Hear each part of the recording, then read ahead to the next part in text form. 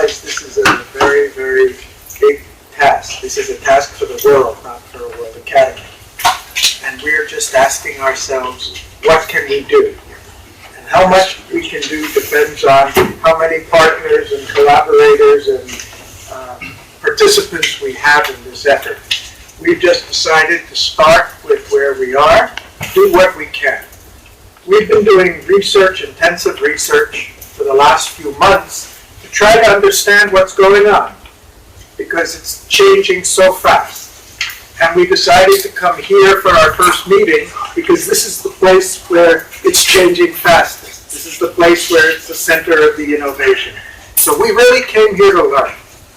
In the process, we created a website, and we've been trying to catalog all that we're learning as we go along. One of the things we found was we really didn't find a comprehensive, reliable, impartial source of information on this that would be useful to the rest of the world.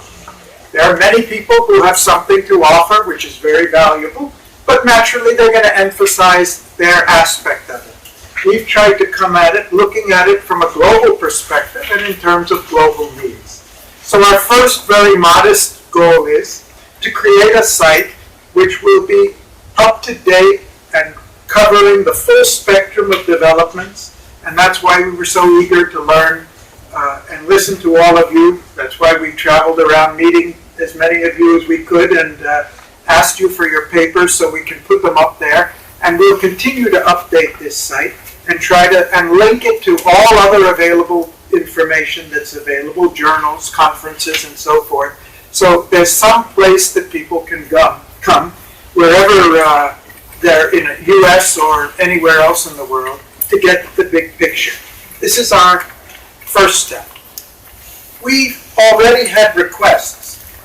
Just, is it really this month? No, it was last month. Ivo and I were in Azerbaijan. And we mentioned to the president of Azerbaijan after lunch that we're taking this initiative. We thought it was a casual interaction for a few minutes, and it may not go beyond that. And the next thing we knew, we had a minister coming and signing an MOU and saying we want to collaborate because we must do something. And the next day we were touring one of their major state universities with the president of the university who's saying we really need help and guidance.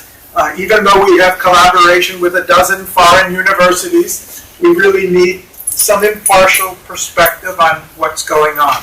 So we know outside of Silicon Valley, outside of the United States, the amount of misconception or misinformation or lack of information is 100 times greater.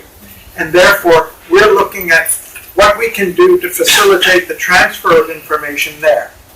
From here, we're planning a series of conferences, perhaps another in North America or Central America, and then in Europe and in other places. We'd like to invite many of the participants in this conference to come and share your experiences and stories in other parts of the world so that we can have the same type of interaction with people from different countries and different cultures, understand their needs, we heard from George Breslau yesterday, what are his issues that he's grappling with on a day-to-day, and when we hear from presidents of other universities, we had one from Columbia here, we'll see the picture is different in different places, and that will help us broaden our perspective and approach.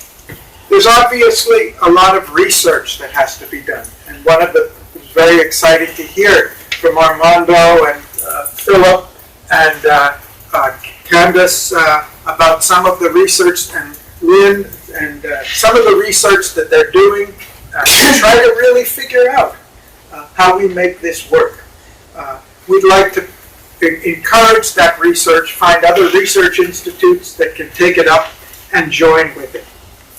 We also feel, as it was the theme today, that in our project on New Paradigm, we've come to the conclusion that solving the crises, the most pressing challenges before the world today, will really require fundamental changes in our theory, in the way we think, and the way we teach. It can't just be settled in the forum of the UN or in the Congress or in policy making. Policy making is based on some ideas and conceptions. And I think we've had enough evidence in recent years to know that many of the ideas on which the bad policies are based are themselves bad, or let's say incomplete or one-sided. And therefore, we're going to have to find ways to bring new content and new ideas into the educational system. We have been interacting with many other organizations which, like ourselves, have ties with academia, are linked with academia, but are not academic institutions. For example, earlier last month, Alberto and I were at the 20th anniversary of the Green Cross International, which Gorbachev set up in just 20 years ago to work on environmental issues. And Green Cross is a highly professional organization. They're helping us in the U.S. dismantle our chemical weapons. They're doing the same thing in Russia. They're helping in India and Africa try to improve water conservation and water productivity.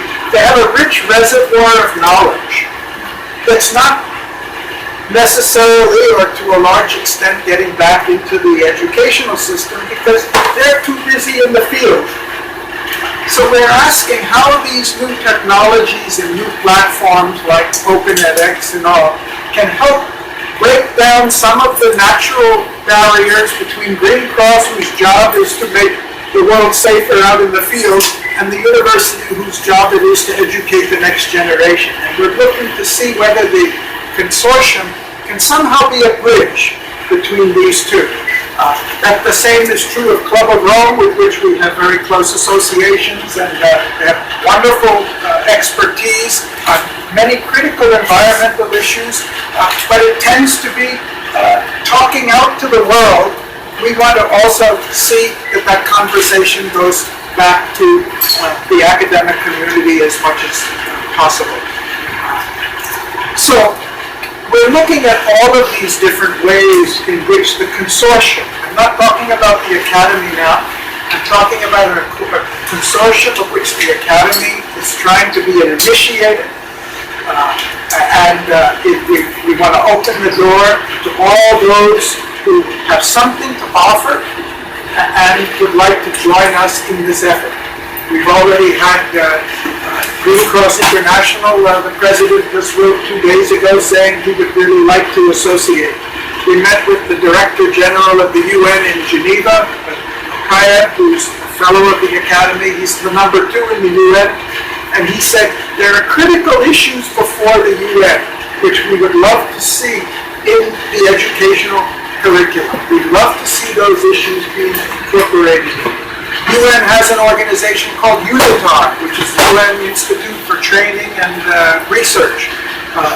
They're trying to go out to the world. They've just started a master's degree course, credit course in peace. But again, it's separate from the traditional university structure. We think the future is the university is going to be, the walls are going to thin, and we want to see if we can bring that in and make it part of an integral offering. So these are some of the ideas, and our purpose in scheduling this time today is we want to hear your ideas too. And we want to hear the ideas. That's why we're going around and meeting different organizations. Those who have something to contribute, those who see a need, those who have ideas about what can be done. And this would be a good time, I think, just to open it up and ask for any comments, suggestions, ideas, questions, criticisms, doubts, whatever may be there, because that will help us. We need that interaction to go forward.